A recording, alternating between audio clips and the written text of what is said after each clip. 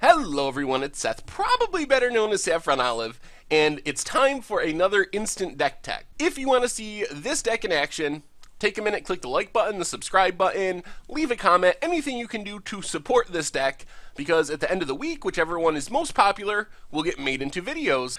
Anyway, today we are talking about Green-Red Rites in Standard. This one came in 4th place at a recent SCG Standard IQ in the hands of Randall Schmalinger. It's kind of a standard combo deck in a sense, so let's break it down. First off, we have kind of the combo package. Cryptolith Rites is the key card, the namesake card. It's an enchantment, only costs 2 mana, and it turns all of your creatures into Birds of Paradise. So if you play a lot of creatures, maybe with the help of Evolutionary Leap, which will make more sense as we go through the deck, it can sack creatures to make more creatures and get more creatures.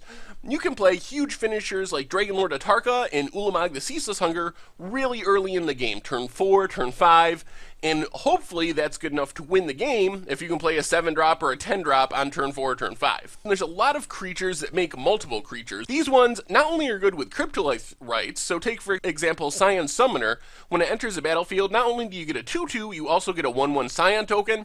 So with Cryptolith Rites, you get 2 creatures that can tap for mana.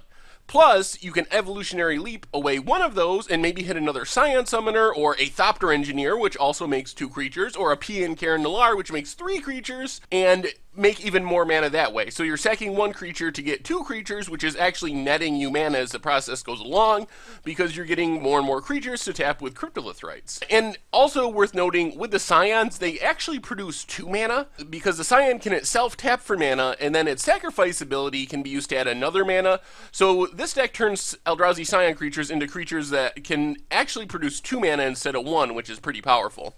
Then these are some more multiple creature / good with Evolutionary Leap cards. And then there's one Loam Dryad, kind of a weird choice. I'm not really sure why this is in the deck. I guess it allows you to make more mana, but it seems a little redundant since Cryptolith Rites already allows you to tap your creatures for mana.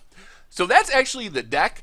As far as the lands go, they're not too spicy, except for Westvale Abbey and Foundry of the Consuls. Foundry of the Consul can make 2 creatures, so it produces mana, plus it's a land that can get your Evolutionary Leap chain back running. Westvale Abbey is actually another finisher in the deck, since it can go so wide with creatures. If you don't have a Dragonlord Atarka, or you don't have an Ulamog, you can sack 5 creatures to Westvale Abbey, flip it around into the huge Ormenthal 9/7 flying indestructible Haze lifelink, you name it, every ability is on that card. Then the rest of the lands, just duels and basics. Sideboard-wise, there's a bunch of removal. There's no real removal in the main deck other than the Dragonlord Atarka. So Outnumber takes advantage of the fact you have a bunch of creatures. Plummet takes care of flyers. Roast takes care of big ground threats. Then there's a Natural State to deal with artifacts and enchantments.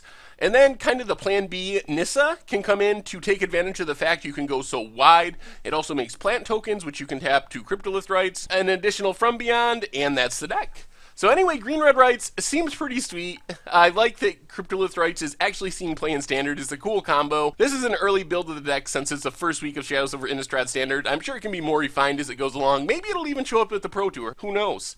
Anyway, thank you for watching today's Instant Deck Tech. If you like it, take a second to like it and help it get made into videos next week. Thank you all for watching, and I will talk to you soon.